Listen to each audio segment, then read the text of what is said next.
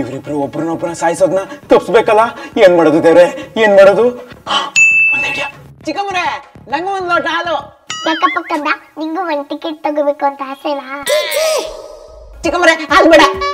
ಕೇಳಿದ್ದೆ ತಾನೆ, ಮುಚ್ಕೊಟ್ ಕುಡಿ. ಮುದ್ದು, ಇವನ್ಗೂ ಒಂದ್ ಲೋಟ ಹಾಲು ತಗೋಬಾರೆ. ಅತ್ತೆ, ಇದು ನಿಮ್ಗೆ, ಇದು ನಿನ್ಗೆ, ಇದು ನನ್ಗೆ.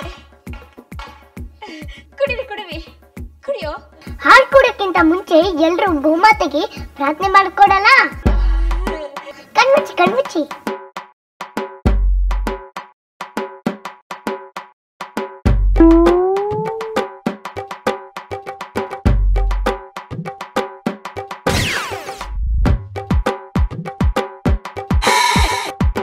ಪ್ರಾರ್ಥನೆ ಮುಗೀತು, ಎಲ್ಲ ಕುಡೀರಿ.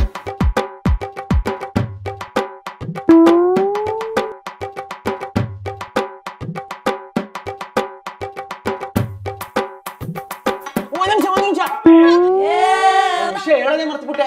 ಏನು? ನಾನು ಇವತ್ತು ಇಲ್ಲಿಂದ ಮಾರ್ಕೆಟ್ಗೆ ಹೋದ್ನಾ, ಮಾರ್ಕೆಟ್ ಇಂದ ಬಸ್ ಸ್ಟ್ಯಾಂಡ್ ಬಂದೆ. ಬಸ್ ಸ್ಟ್ಯಾಂಡ್ ಇಂದ ನೋಡಿದ್ರೆ ಒಂದು ದೊಡ್ಡ ಹಾವು. ಆ ಹಾವು ನಮ್ಮಿಂದನೇ ಬಂತು.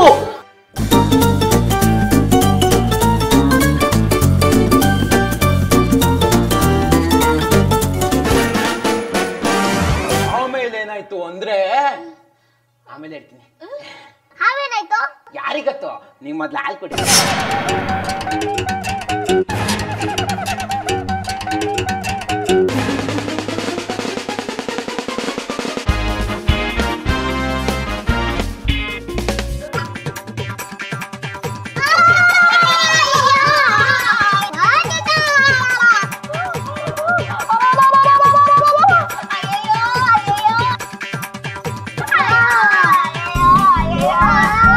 ನಿಲ್ಸಿ. ಬಾಬಾ ಬಾಬಾ ಬಾ, ಅತ್ತೆ ಸೊಸೆ ಏನ್ರಿ ಡವ್ ಮಾಡ್ತೀರಾ? ನೀವಿಬ್ರು ಇನ್ನ ಸತ್ತಿಲ್ಲ, ಸಾಯೋದು ಇಲ್ಲ. ಇಬ್ರು ಒಬ್ರನ್ನೊಬ್ರು ಸಾಯಿಸ್ಬೇಕು ಅಂತ ಸ್ಕೆಚ್ ಹಾಕಿದ್ದು ನಂಗೆ ಬೆಳಿಗ್ಗೆನೆ ಗೊತ್ತಾಯ್ತು. ಬೆಳಿಗ್ಗೆ ಅಮ್ಮನವರು ಚಿಕ್ಕಮ್ಮನವ್ರನ್ನ ಸಾಯಿಸ್ಬೇಕು ಅಂತ ನಿದ್ದೆ ಮಾತ್ರೆ ತಂದು ಬಚ್ಚಿಟ್ರು. ಆದ್ರೆ ನಾನು ಆ ಡಬ್ಬಿಲಿ ಮೌತ್ ಫ್ರೆಶ್ನರ್ ಹಾಕಿಟ್ಬಿಟ್ಟೆ. ಚಿಕ್ಕಮ್ಮವರು ಅಮ್ಮವ್ರನ್ನ ಸಾಯಿಸ್ಬೇಕು ಅಂತ ವಿಷದ ಬಾಟ್ಲಿ ತಂದು ಅಡಿಗೆ ಮನೇಲಿ ಬಚ್ಚಿಟ್ರು. ಆದ್ರೆ ನಾ ವಿಷದ ಬಾಟ್ಲು ತೆಗೆದ್ಬಿಟ್ಟು ಆ ಜಾಗದಲ್ಲಿ ಸುಣ್ಣದ ನೀರಿರೋ ಬಾಟ್ಲೆ ಇಟ್ಬಿಟ್ಟೆ.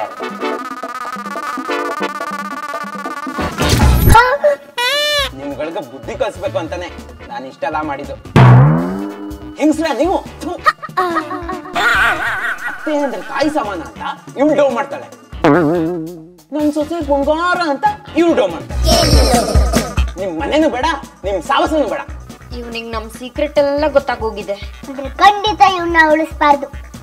ಅತ್ತೆ, ಸುಸುದು